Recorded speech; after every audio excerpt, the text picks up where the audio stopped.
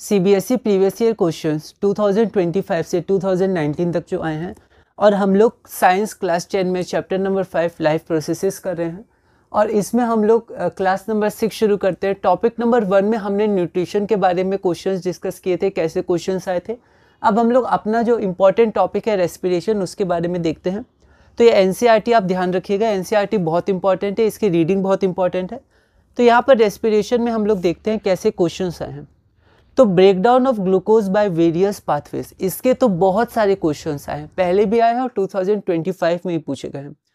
तो ग्लूकोज हमारे पास जो 6 कार्बन मॉलिक्यूल रहता है वो साइटोप्लाज्म में ब्रेक होता है पायरूवेट में, या उसको पायरूविक एसिड भी कहते हैं। 3 कार्बन मॉलिक्यूल प्लस एनर्जी, और फिर एब्सेंस ऑफ ऑक्सीजन और प्रेजेंस ऑफ ऑक्सीजन, और साथ में absence of oxygen in humans, मतलब इन अवर मसल सेल्स। इनका जो पाथवे है ये बहुत ही इंपॉर्टेंट है। तो यहाँ पर जो हमारा पहला क्वेश्चन है 2025 में 1 मार्क का क्वेश्चन है, वो भी इसी से पूछा गया है।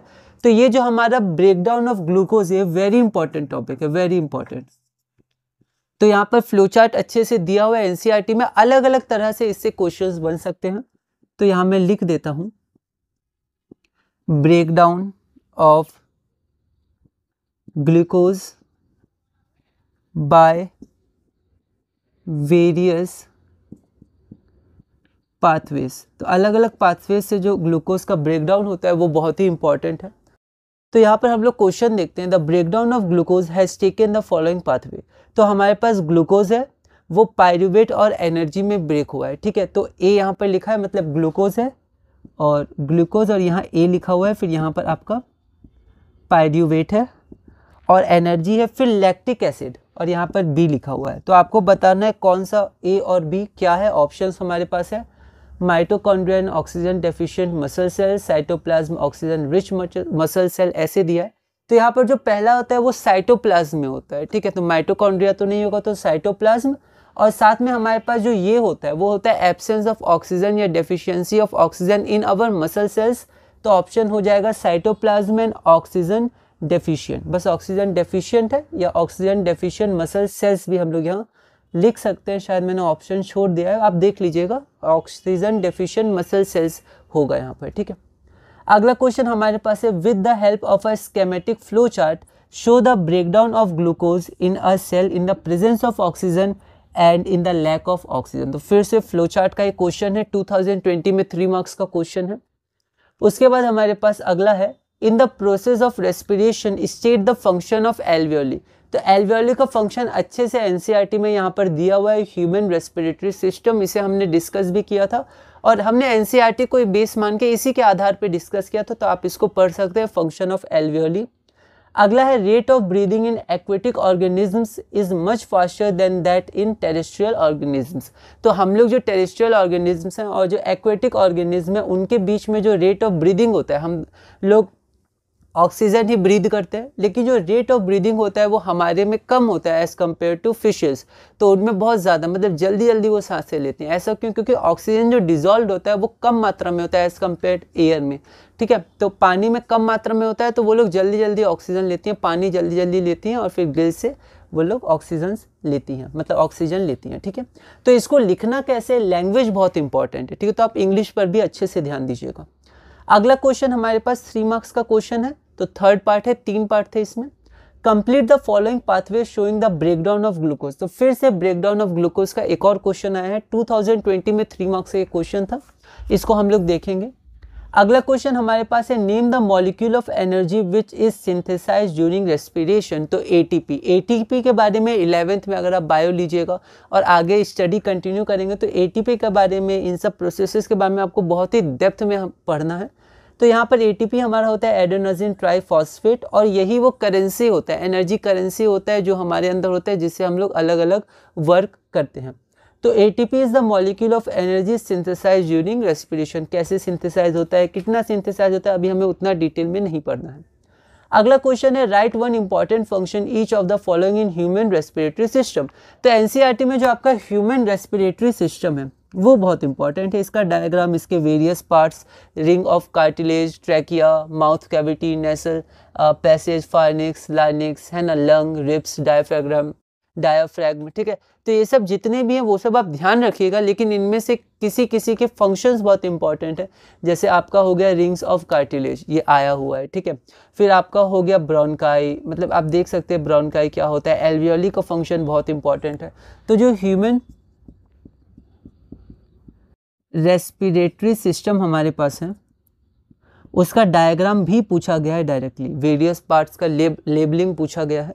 तो यहाँ पर हमारे पास जो क्वेश्चन है वो है कि right one important function each of the following in the human respiratory system. पहला है रिंग्स ऑफ कार्टिलेज, दूसरा है एल्वियोली, तीसरा है हीमोग्लोबिन और चौथा है लाइनिंग ऑफ म्यूकस, ठीक है। तो अगर आपको ध्यान होगा तो जो म्यूकस है ये हमारा डाइजेशन में भी जो वॉल्स ऑफ स्टमक थे उसमें था, जो प्रोटेक्ट करता था हमें हमारे स्टमक को हाइड्रोक्लोरिक एसिड मतलब एक्सेस ऑफ एसिड से। और यहाँ भी म्यूकस है पर ये हमारे नेसल कैविटी में है, ठीक है। तो लाइनिंग ऑफ म्यूकस, तो रिंग्स ऑफ कार्टिलेज ये पैसेज ऑफ एयर को अलाउ करते हैं, keeps trachea open allowing the passage of airs into the lung, passage में मदद करते हैं। अगला एल्वियोली है, एल्वियोली की it increases the surface area for exchange of gases in lungs. तो लंग्स में जो सरफेस एरिया है वो इंक्रीज कौन करता है, एल्वियोली करता है। और आपको ध्यान होगा जो स्मॉल इंटेस्टाइन है उसमें कौन रहता था, विली, मतलब फिंगर लाइक प्रोजेक्शन होता था, लार्ज सरफेस एरिया प्रोवाइड करता था। तो आप ऐसे करके कनेक्ट करके इसको पढ़ सकते हैं। तो हीमोग्लोबिन, फिर हीमोग्लोबिन आरबीसी में प्रेजेंट होता है और ये रेड कलर के लिए ब्लड का रिस्पॉन्सिबल होता है। ऑक्सीजन को ये बाइंड करता है, ठीक है, और फिर ऑक्सीजन को ये अलग अलग सेल्स तक ले जाता है and carries it to the tissues. अगला है लाइनिंग ऑफ म्यूकस, तो एक स्टमक में था पर यहाँ नेसल कैविटी की बात हो रही है। तो lining of mucus it filters air entering through nostril, तो नोस्ट्रिल से जो एयर जाता है वहाँ पर ये फिल्टर करता है एयर को, डस्ट पार्टिकल्स वगैरह जो होता है। अगला क्वेश्चन है write two different functions in which glucose is oxidise to provide energy in human body. तो ग्लूकोज को कैसे कैसे ऑक्सीडाइज करते हैं, पायरुवेट में, फिर उसके बाद किस में ऑक्सीडाइज करते हैं। तो ये जो ऑक्सीडेशन है ग्लूकोज का वो बहुत इंपॉर्टेंट है, फिर से ब्रेकडाउन ऑफ ग्लूकोज में आ गया, ठीक है। अब यहाँ पर आप फंक्शंस भी देख लीजिएगा, डिफरेंट पार्ट्स का फंक्शंस भी इंपॉर्टेंट है ह्यूमन रेस्पिरेटरी सिस्टम में। तो यहाँ पर हमारे पास 2019 में 2 मार्क्स का क्वेश्चन है कि write two different ways in which glucose is oxidise to provide energy in human beings. तो एक एरोबिक रेस्पिरेशन, एक एनारोबिक रेस्पिरेशन।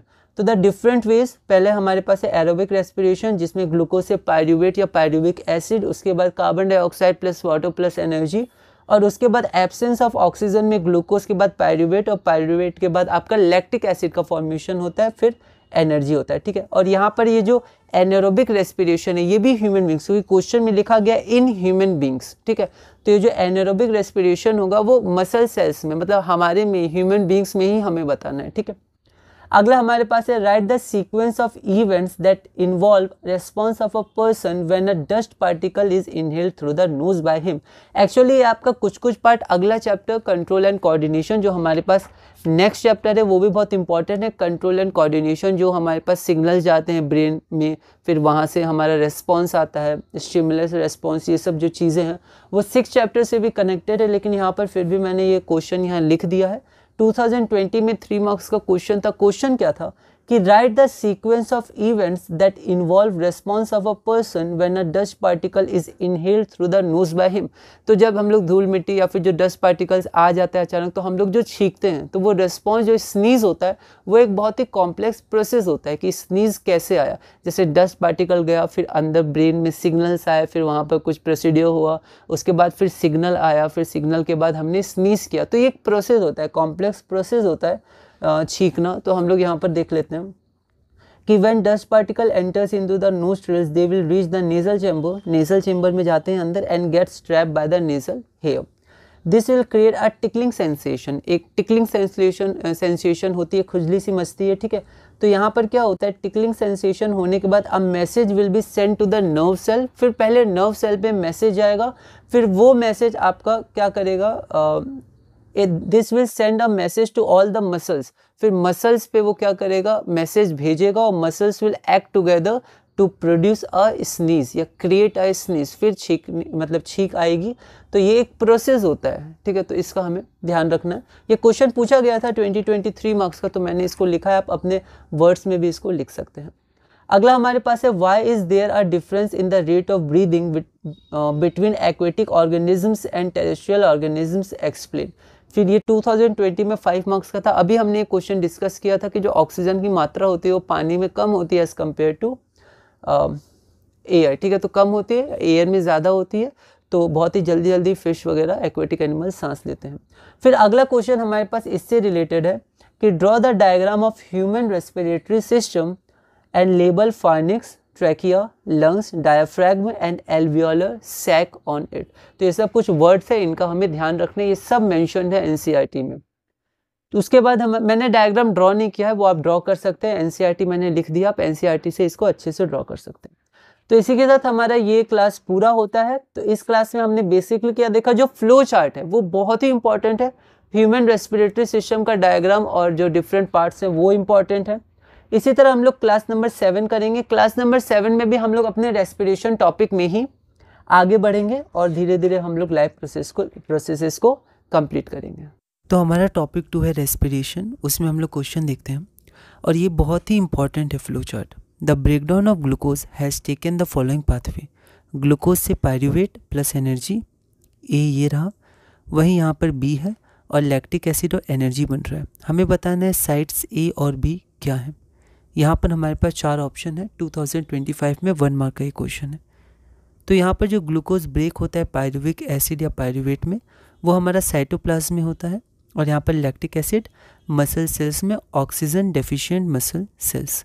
तो यहाँ पर मैंने ऑक्सीजन डेफिशिएंट लिखा है, यहाँ पर मसल सेल्स भी होगा, तो ऑप्शन नंबर डी हो जाएगा। तो यहाँ पर आप इसको ऐसे लिख दीजिएगा, है ना, तो आप ऐसे कुछ स्टेप्स क्वेश्चन से लिख सकते हैं। ए हो जाएगा साइटोप्लाज्म और बी हो जाएगा ऑक्सीजन डेफिशिएंट मसल सेल्स, है ना, क्योंकि यहाँ पर हमारा ये ऑप्शन यहाँ पर मसल सेल्स है, लेकिन ये माइटोकॉन्ड्रिया, तो ये तो नहीं होगा, और साथ में ऑक्सीजन रिच है, ये भी नहीं होगा। साइटोप्लाज्म यीस्ट में ही होता है, यीस्ट में एनारोबिक रेस्पिरेशन होता है, लेकिन यहाँ पर आप देखिए लैक्टिक एसिड फॉर्म हो रहा है, यीस्ट में लैक्टिक एसिड नहीं, इथेनॉल का फॉर्मेशन होता है, तो ये हमारा डी हो जाएगा। अगला हमारे पास क्वेश्चन है, with the help of a schematic flow chart show the breakdown of glucose in a cell to provide energy in the presence of oxygen और in the presence of in lack of oxygen. तो आप यहाँ ध्यान दीजिए कि यहाँ पर हमें स्कीमेटिक फ्लो चार्ट से ब्रेकडाउन ऑफ ग्लूकोज बताना है लैक ऑफ ऑक्सीजन और प्रेजेंस ऑफ ऑक्सीजन में। CBSE 2023 मार्क्स का क्वेश्चन है, तो यहाँ पर हम लोग देखते हैं। तो the breakdown of glucose in a cell to provide energy in the presence of oxygen, तो ग्लूकोज साइटोप्लाज्म में पायरुवेट और फिर ऑक्सीजन के प्रेजेंस में माइटोकॉन्ड्रिया में होता है CO2 plus H2 plus energy. और यहाँ पर in the lack of oxygen, तो यहाँ पर in cytoplasm pyruvate, lack of oxygen, lactic acid और एनर्जी, ठीक है। अब यहाँ पर ये जो हमारा लैक्टिक एसिड और एनर्जी होता है, ये हमारा किस में होता है, तो मसल सेल्स में होता है। और यहाँ पर अगर हम लोग क्वेश्चन देखें तो यहाँ पर स्पेसिफिकली ह्यूमन बींग्स के बारे में तो पूछा नहीं है। With the help of schematic flow chart show the breakdown of glucose in a cell to provide energy, ठीक है।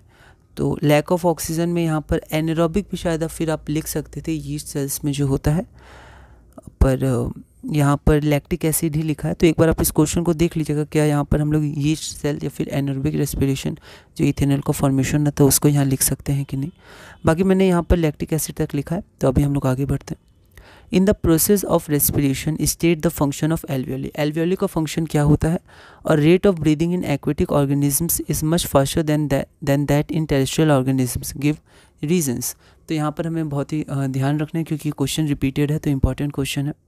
तो हम लोग आंसर एक बार देख लेते हैं। अच्छा, एक क्वेश्चन और है, complete the following pathway showing the breakdown of glucose. Flow chart से संबंधित क्वेश्चन है, 2023 marks. The exchange of gases CO2 and O2 take place through the walls of alveoli in the lungs, ठीक है। तो ये increase surface area, small intestine में जैसे villi था वैसे ये होता है। फिर rate of breathing in aquatic organisms is much faster than that of terrestrial organisms because the water has less dissolved oxygen content than in air. तो in water there is less dissolve oxygen content as compare to air, तो वहाँ पर वो लोग जल्दी जल्दी सांस लेते हैं, ठीक है, पानी लेते हैं, जो फिशेज़ होती हैं, फिर गिल से रेस्पिरेशन होता है। तो hence the aquatic organisms breathe fast to obtain more O2। अगला हमारे पास है ग्लूकोज इन साइटोप्लाज्म। तो ए हमारे पास क्या होगा, पायरुवेट का फॉर्मेशन, ठीक है, पायरुवेट, और बी हमारे पास CO2 हो गया, माइटोकॉन्ड्रिया, ऑक्सीजन। फ्लो चार्ट का डायरेक्ट क्वेश्चन है, name the molecule of energy which is synthesize during respiration. तो रेस्पिरेशन में क्या सिंथेसाइज होता है, तो हमारा ATP का सिंथेसिस होता है। अगला हम लोग देखते हैं, right one important function each of the following in the human respiratory system. 2023 2 marks का क्वेश्चन है, तो हाफ मार्क्स ईच हो जाएगा। तो एक बार हम लोग इसको देख लेते हैं। तो rings of cartilage keeps trachea open allowing the passage of air into the lungs. फिर है alveoli increases the surface area for the exchange of gases in lungs. तीसरा हमारे पास है haemoglobin present in RBCs which take up the oxygen from air in lungs and carries it to the tissues. और fourth हमारे पास है lining of mucus, it filters air entering through nostrils. फिर अगला हमारे पास है write two different ways in which glucose is oxidise to provide energy in human body, write the products formed in each case. CBSE 2019 2 marks का question है। तो हमें 2 different ways बताने हैं in which glucose is oxidise to provide energy in human body, और फिर products में हमें बताना है। तो एक एनारोबिक हो गया और एरोबिक हो गया। यहाँ पर स्पेसिफिकली आपका ह्यूमन बॉडी लिखा है, तो यहाँ पर हमें लैक्टिक एसिड वाला ही पाथवे देखना है एनारोबिक में। The different ways in which glucose is oxidized to provide energy in human body are, पहला, in the presence of oxygen anaerobic in the presence of oxygen aerobic respiration होता है ये, तो glucose से pyruvate, फिर carbon dioxide, water और energy.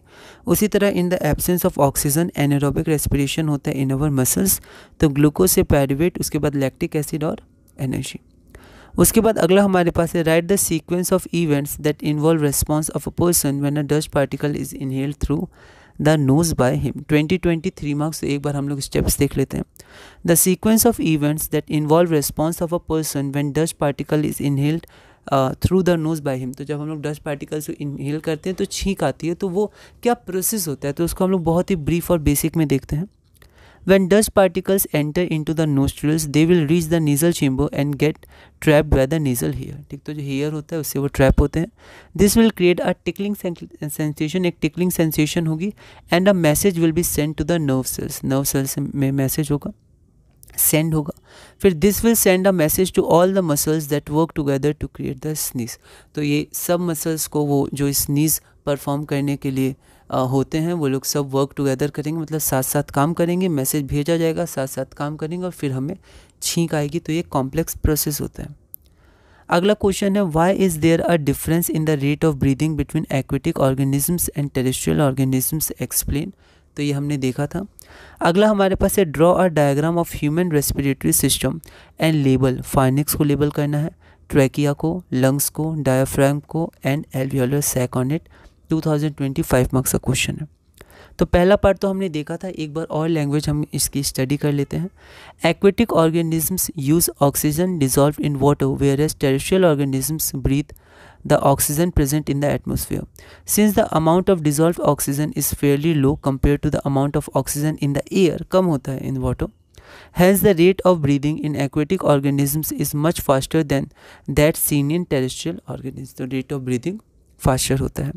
अगला हमारे पास क्या है, तो अगला हमारे पास है draw a diagram of human respiratory system और लेबल करना है। तो आप इसको आप NCERT से देख सकते हैं। तो इसी के साथ हमने क्लास नंबर 6 पूरा किया। क्लास नंबर 7 में हम लोग क्वेश्चन नंबर 37 से कंटिन्यू करेंगे और धीरे धीरे हम लोग आगे बढ़ेंगे।